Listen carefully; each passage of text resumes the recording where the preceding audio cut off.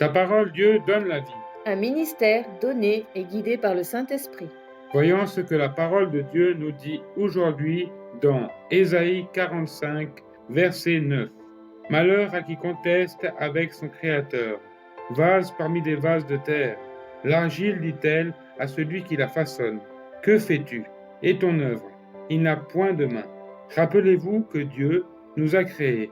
Recherchez l'aide du Saint-Esprit et évitez le péché. Job 10, versets 8 à 14. Tes mains m'ont formé, elles m'ont créé, elles m'ont fait tout entier. Et tu me détruirais? Souviens-toi que tu m'as façonné comme de l'argile. Voudrais-tu de nouveau me réduire en poussière? Ne m'as-tu pas coulé comme du lait? Ne m'as-tu pas caillé comme du fromage?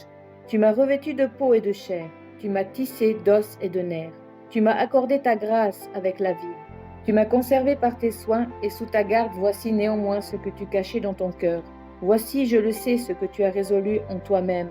Si je pêche, tu m'observes. Tu me pardonneras pas mon iniquité. Mieux vaut ne rien cacher à Dieu, car il nous voit. Ésaïe 29, versets 15 et 16.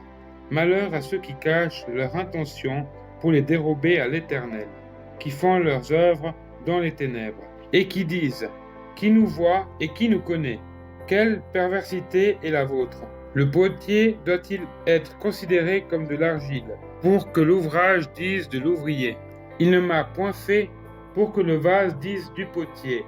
Il n'a point d'intelligence. Rappelez-vous de ne pas demander de compte à Dieu et de ne pas être en colère contre lui pour ce qu'il a fait. » Romains 9, versets 20 à 21. Mais plutôt, toi, ô homme, qui es-tu qui conteste contre Dieu?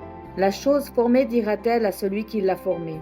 Pourquoi m'as-tu ainsi faite? Le potier n'a-t-il pas pouvoir sur l'argile pour faire de la même masse un vase d'honneur et à un autre un déshonneur? Écoutez, bien-aimés, priez avec nous cette prière inspirée dans Acte 13, verset 22. Père éternel, je te demande de continuer à me former dans tout ce qui soit fait conformément à ton cœur et de me façonner à ta volonté. Je te le demande au nom de notre Seigneur et Sauveur Jésus-Christ et par la puissance du Saint-Esprit.